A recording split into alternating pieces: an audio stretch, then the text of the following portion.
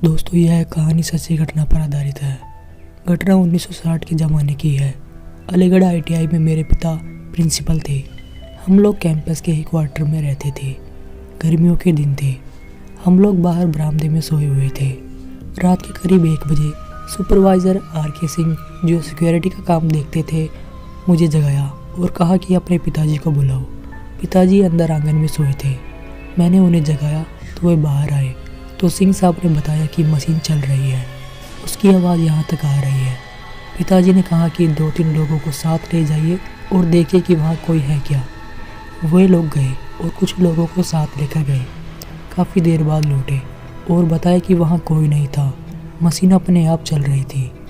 उसे बंद कर दिया गया। इतना कहकर वे लोग अपने अपने घर चले गए।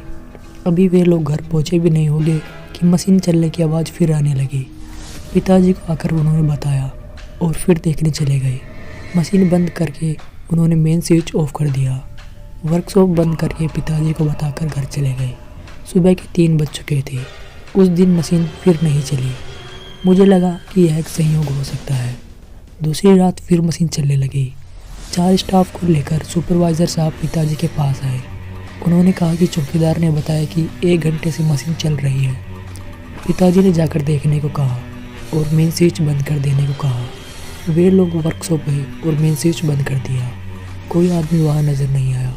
पिताजी को जानकारी देकर वे लोग सोने चले गए। उस वक्त रात के 2 बज चुके थे। आधे घंटे बाद फिर मशीन चलने लगी।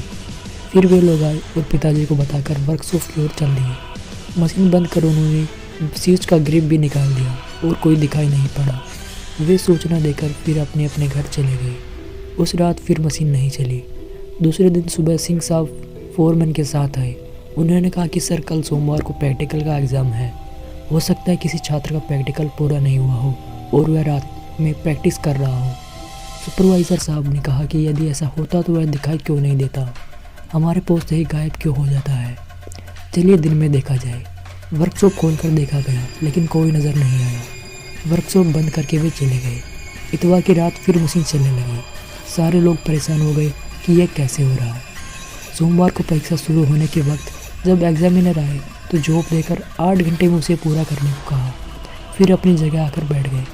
तभी उनकी नज़र टेबल पर पड़ी।